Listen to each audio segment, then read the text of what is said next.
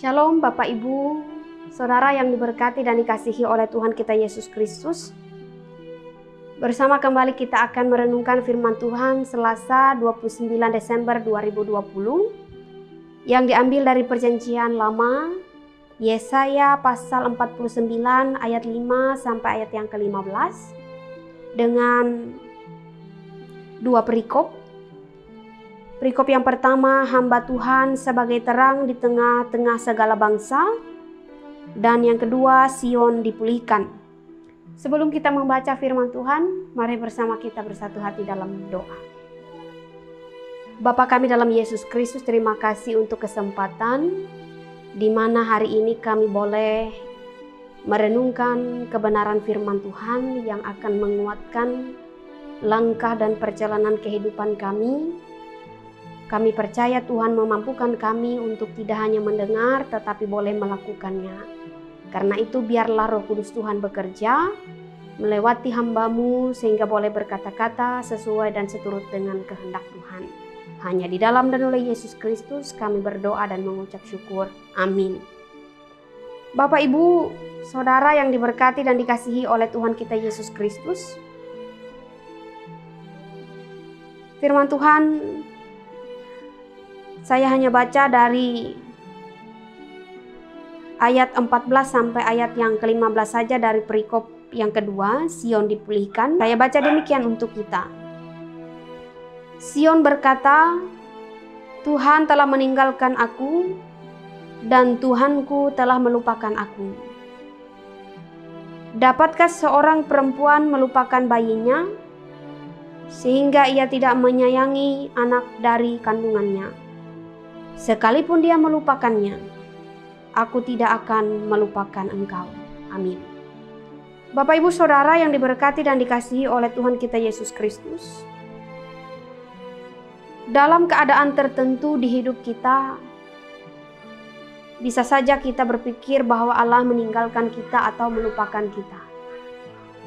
Terutama ketika kita berhadapan dengan banyak masalah, pergumulan, dan tantangan hidup. Hal inilah yang dipikirkan dan dirasakan oleh umat Israel kala itu. Ketika mereka hidup dalam pembuangan di Babel. Mereka dalam keadaan hancur, tanpa harapan, bahkan hilang semangat. Sehingga kita boleh melihat keluhan mereka pada ayat yang ke-14. Mereka berpikir bahwa Allah meninggalkan dan melupakan mereka.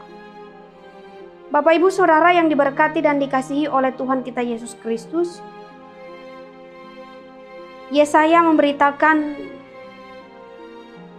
kepada umat Tuhan pada saat itu bahwa Allah tidak meninggalkan mereka.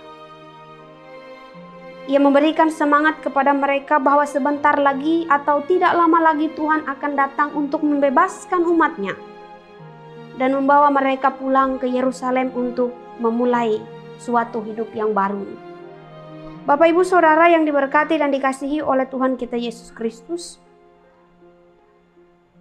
Melewati firman Tuhan ini, kita boleh diberikan kekuatan bahwa apapun dan seberat apapun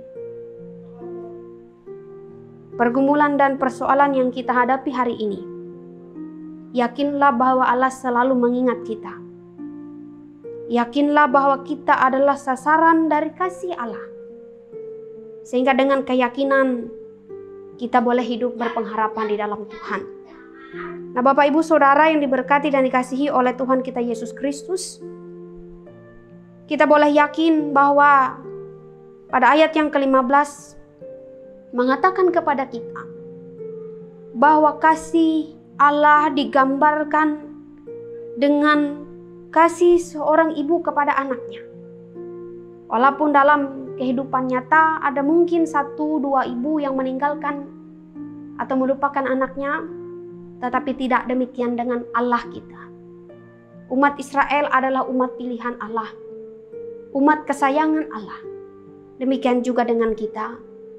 Kita percaya bahwa pergumulan seberat apapun yang kita alami di tengah dunia ini, Tuhan tidak meninggalkan kita.